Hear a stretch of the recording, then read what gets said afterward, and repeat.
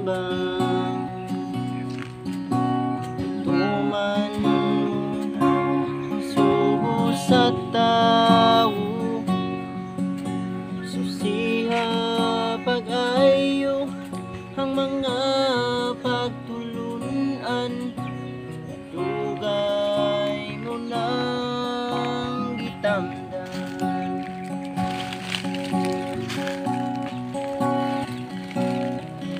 Sa Mateo 7:21, dili ang tanan makasulod sa gingharian, ginghariang bulawan.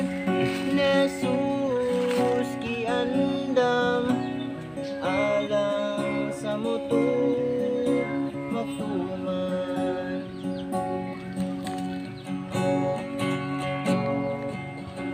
Ang tanan na dungog na kahadluki ang Dios, tumana ang iyang mga sugo.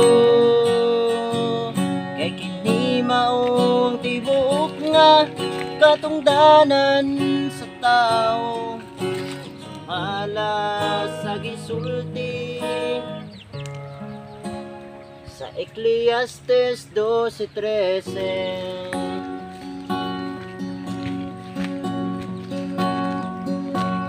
Gusto ka pa nga makaangkon sa kinabunging nga dayon, pamulong ni Jesus ngadto sa batan-on. Antay ang tanan nga magatubo.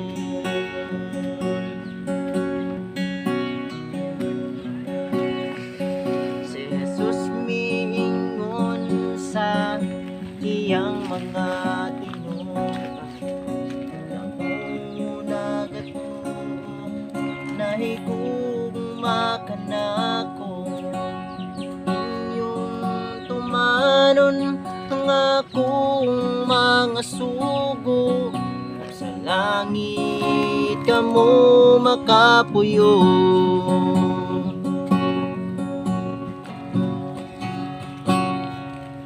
Ang tanan na dungog na kahadluki ang Dios, tumana ang iyang mga sugo.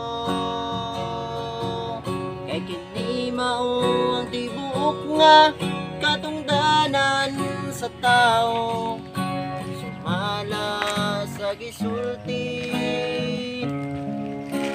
sa Eclesiastes 12:13.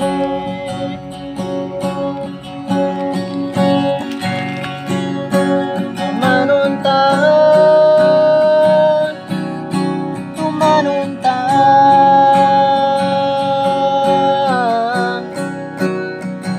ang kasuguan,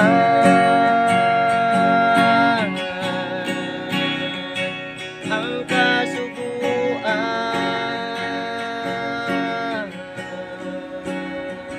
ang kasuguan.